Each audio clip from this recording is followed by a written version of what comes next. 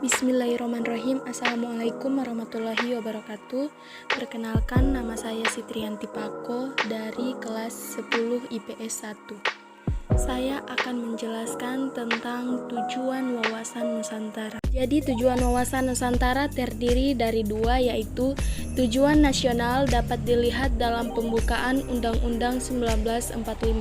Dijelaskan bahwa tujuan kemerdekaan Indonesia adalah untuk melindungi segenap bangsa Indonesia dan seluruh tumpah darah Indonesia, dan untuk mewujudkan kesejahteraan umum, mencerdaskan kehidupan bangsa, dan ikut melaksanakan ketertiban dunia yang berdasarkan kemerdekaan, perdamaian abadi, dan keadilan sosial. Yang kedua, tujuan ke dalam adalah mewujudkan kesatuan segenap aspek kehidupan baik alamiah maupun sosial.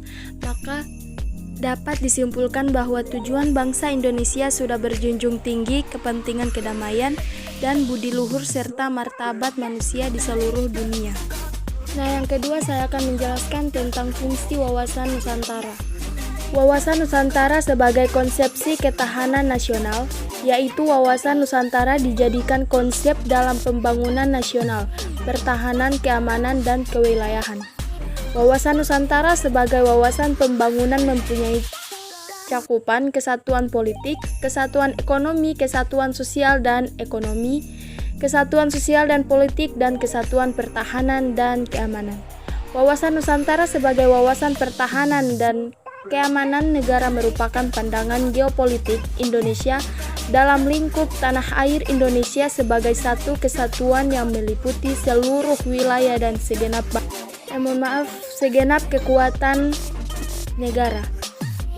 Wawasan Nusantara sebagai wawasan kewilayahan sehingga berfungsi dalam pembatasan negara agar tidak terjadi sengketa dengan negara tetangga.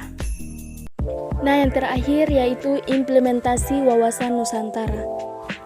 Implementasi Wawasan Nusantara ada 3, yaitu kehidupan politik, kehidupan ekonomi, kehidupan sosial, kehidupan pertahanan, dan keamanan. Pelaksanaan kehidupan politik yang diatur dalam undang-undang, pelaksanaan kehidupan bermasyarakat dan bernegara di Indonesia harus sesuai dengan hukum yang berlaku, mengembangkan sikap hak asasi manusia dan sikap pluralisme untuk mempersatuan sebagai suku, agama, dan bahasa yang berbeda, memperkuat komitmen politik terhadap partai politik dan lembaga pemerintahan, meningkatkan peran Indonesia dalam kancah internasional, dan memperkuat korps diplomatik. Itu dari kehidupan politik. Nah, sekarang kehidupan ekonomi. Wilayah Nusantara mempunyai potensi ekonomi yang tinggi. Pembangunan ekonomi harus melibatkan partisipasi rakyat. Dan yang ketiga, kehidupan sosial. Mengembangkan kehidupan bangsa yang serasi antara masyarakat yang berbeda, pengembangan budaya Indonesia. Dan yang terakhir, kehidupan pertahanan dan keamanan. Kegiatan pembangunan pertahanan dan keamanan harus memberikan kesempatan kepada setiap warga negara untuk berperan aktif, membangun rasa persatuan, membangun TNI yang profesional, serta menyediakan sarana dan prasarana yang memadai. Sekian dari saya. Wabillahi taufiq wal hidayah. Wassalamualaikum warahmatullahi wabarakatuh.